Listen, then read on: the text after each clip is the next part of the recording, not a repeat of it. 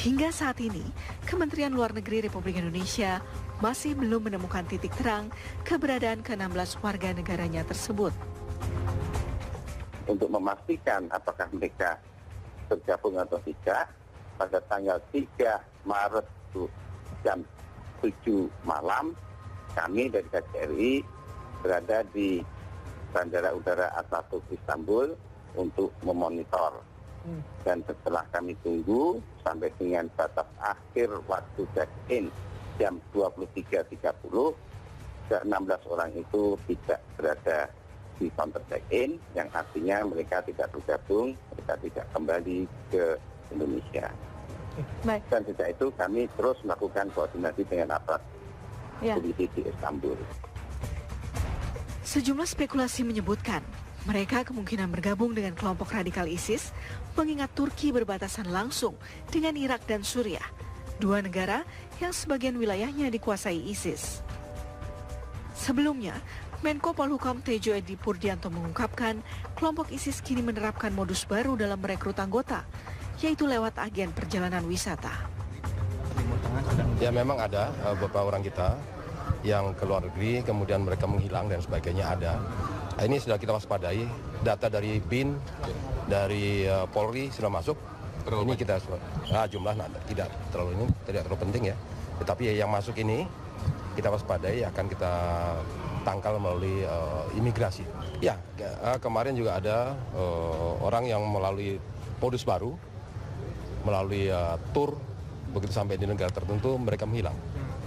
Nah, ini salah satu modus ya, tetapi ini kan kita waspadai dan data itu ada di kepolisian maupun di BIN.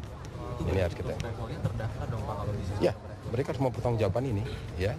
Dan sampai kapan mereka kembali kan dari travel itu kan ada waktu kembalinya. Nah, kita cek siapa yang tidak kembali kan. Bisa kita tindakan. Menurut Menko Polhukam, pemerintah kini memperketat pemantauan arus masuk warga, terutama dari Timur Tengah. Tim TV One mengabarkan.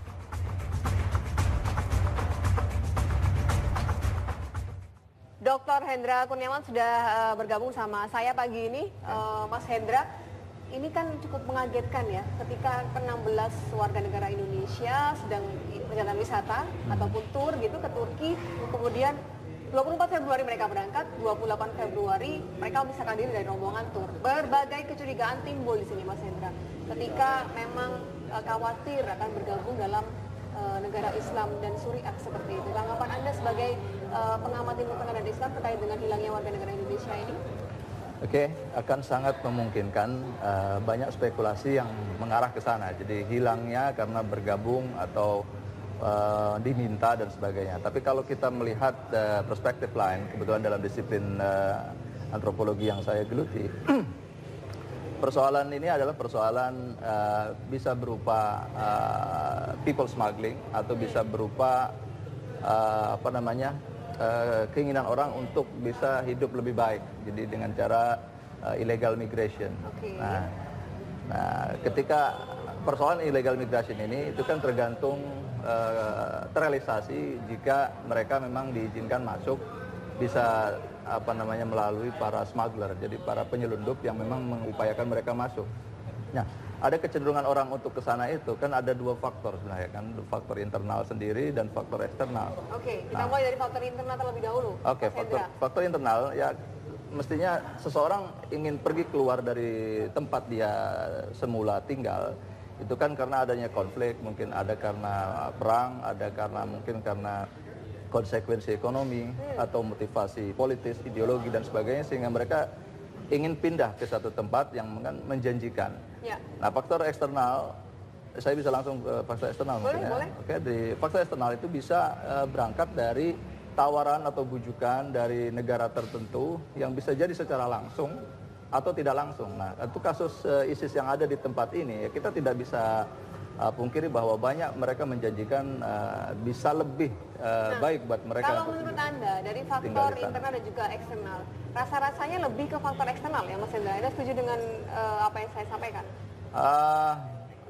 Tergantung, pertama begini, kalau dibilang faktor internal, ya sebenarnya negara kita juga tidak Tidak mengalami hal-hal yang semacam tadi bilang Mas Hendra seperti konflik dan lain-lain. Betul, konflik mungkin tidak, tapi mungkin tekanan untuk orang berekspresi dalam konteks radikalisme untuk muncul di Indonesia akan semakin ditekan sekarang ini kan.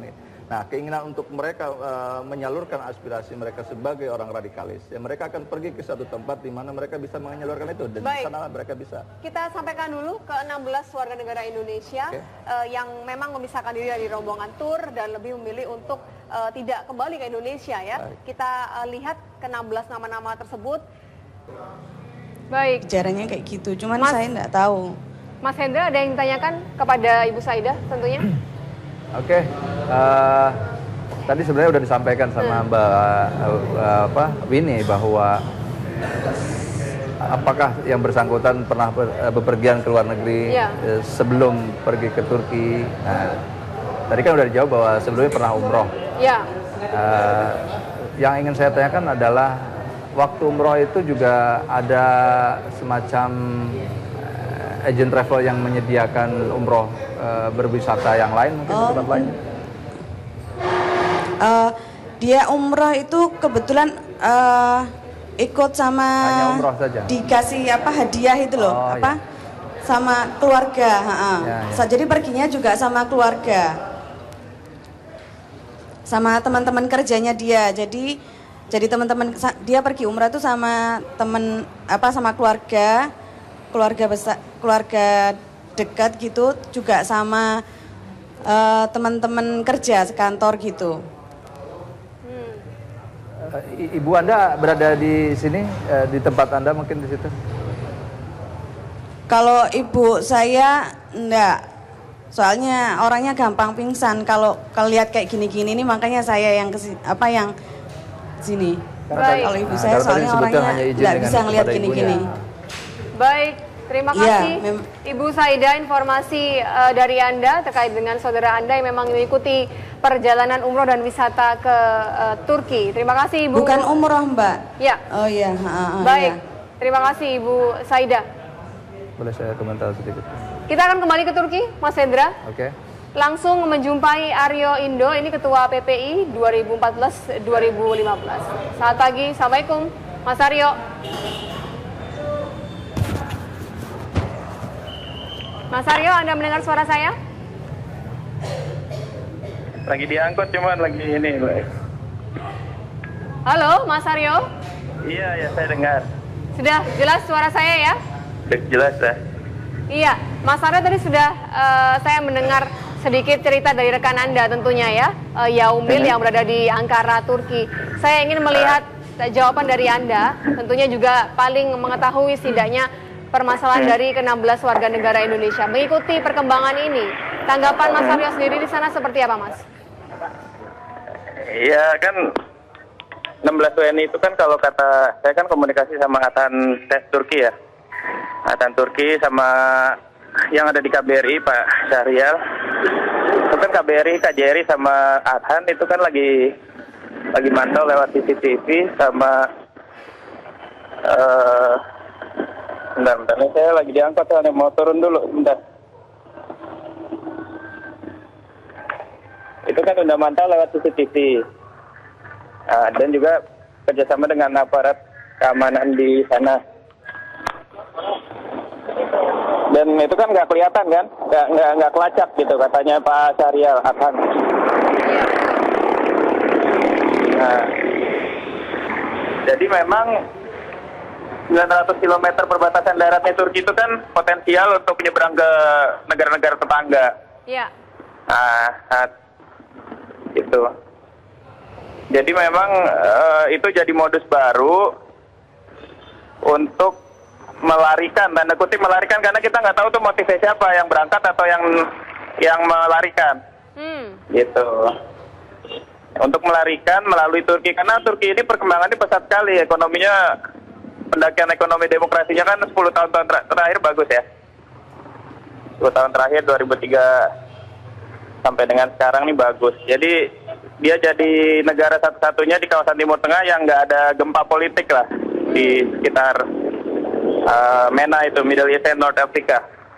Baik. Gitu.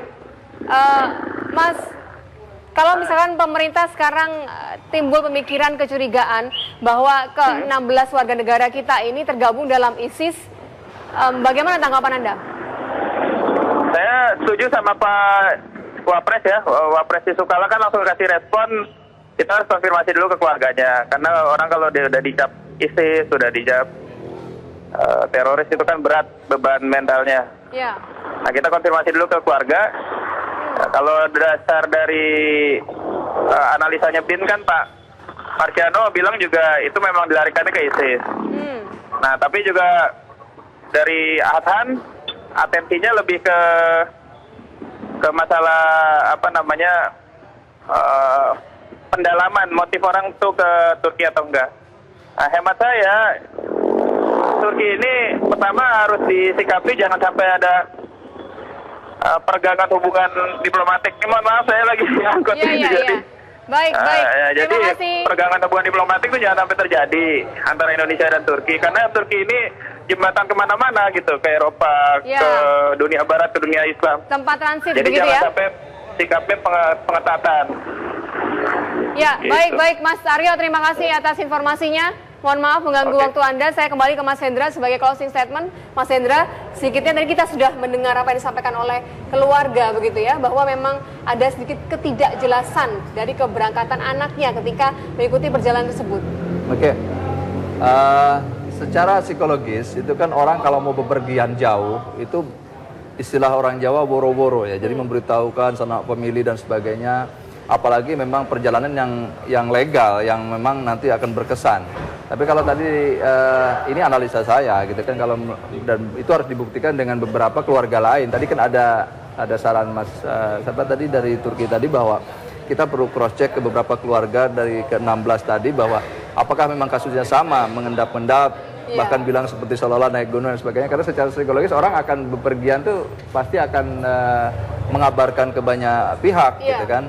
Karena itu akan paling berkesan. Nah, orang pergi dengan cara demikian, ya tidak salah jika kemudian sekelas Presiden Jokowi itu pernyataannya menduga terlibat dengan ISIS atau direkrut oleh ISIS, dan beberapa media bahkan tadi beberapa headline gitu kita bisa baca bahwa diduga. Nah, diduga ini kan kita masih perlu pembuktian yang lebih nyata bahwa itu memang benar-benar itu.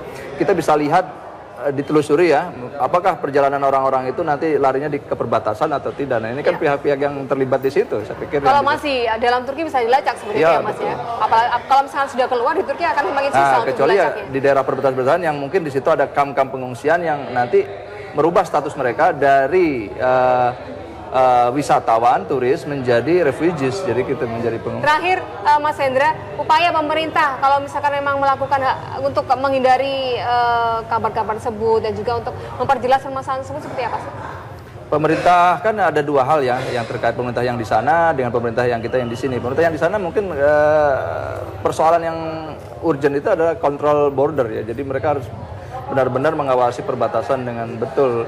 Ya mungkin di kita juga demikian. Nah, kebijakan di kita ya sekarang mengawasi betul perjalanan-perjalanan agen-agen perjalanan atau beberapa orang yang mau pergi ke luar negeri dengan cara apapun supaya bisa lebih terawasi begitu. Baik, kita tunggu saja apa sejauh ini informasi terkait dengan ke-16 warga negara Indonesia ini dan sampai dugaan dari sekelas presiden itu tadi mengacu ke arah yang kebenaran seperti itu, Mas Hendra.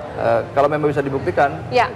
Terima kasih Mas Hendra sudah melakukan penjelasan dan juga memberikan informasi kepada kami di Apa Kabar Indonesia. Nanti rekan saya Arif Fadil akan membantu perbincangan lainnya langsung dari Bundaran HI terkait dengan eksekusi mati yang sampai saat ini belum dilakukan. Sesaat lagi misalnya di Apa Kabar Indonesia.